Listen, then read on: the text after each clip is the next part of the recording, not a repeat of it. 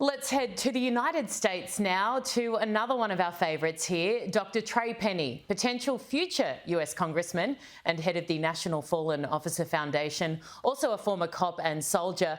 Doctor, so good to see you again. Mind you, I suspect you were probably a little bit more excited to see former US President Donald Trump just yesterday. What were you doing?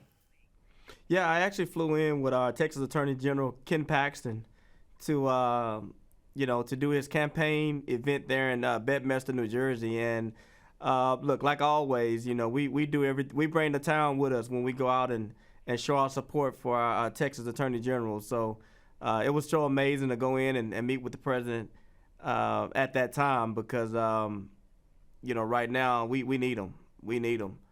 Why do you need him now?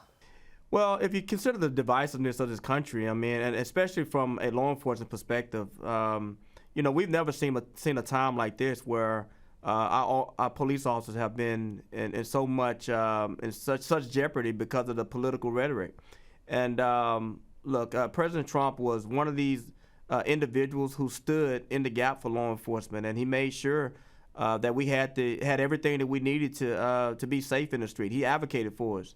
And unfortunately, when the new election came in and Biden took over, I mean that whole that whole situation changed, and police officers were the target. They had a target on their back. Everything from the Defund the police movement, every other radical agenda that placed the target on police officers' back. And look, whether people realize it or not, President Trump is still the leader of the Republican Party, and he has a lot of resources and a lot of let's say things that could be used to help promote the interests of law enforcement. And you better believe, as a law enforcement advocate, that I'm going to go wherever he is to make sure that he understands that we still need him and we need his leadership.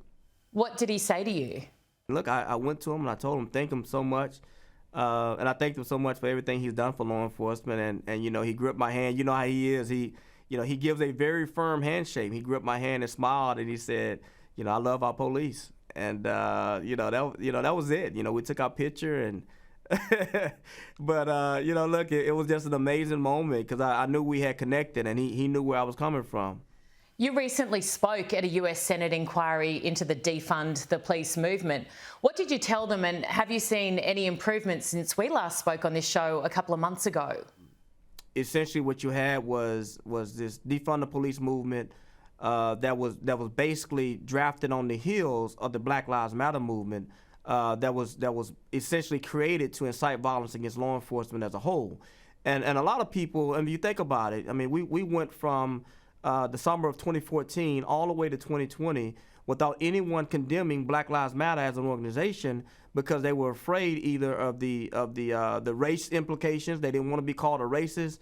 And they just completely ignored all the damage that was being done to our country. Everything from attacks on law enforcement to the lawlessness to destruction of property.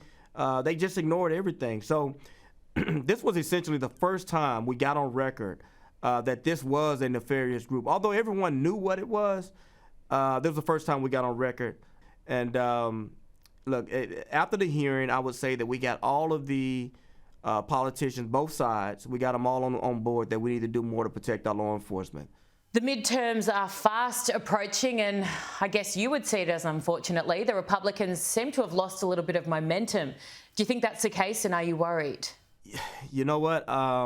Look, there are a lot of problems. For one thing, I will say that the Republican Party itself has not been united. We have not.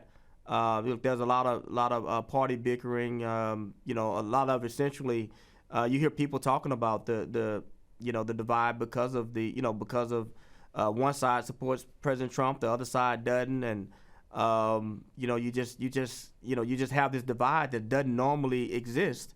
But we have to work through that because otherwise, the country is going to be faced with these agendas, these progressive agendas that don't align with our values.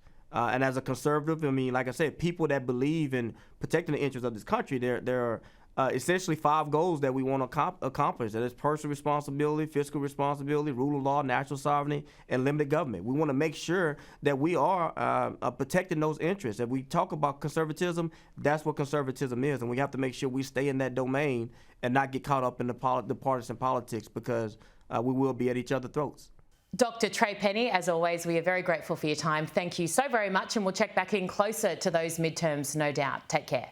Wonderful. Thank you so much for having me, Aaron.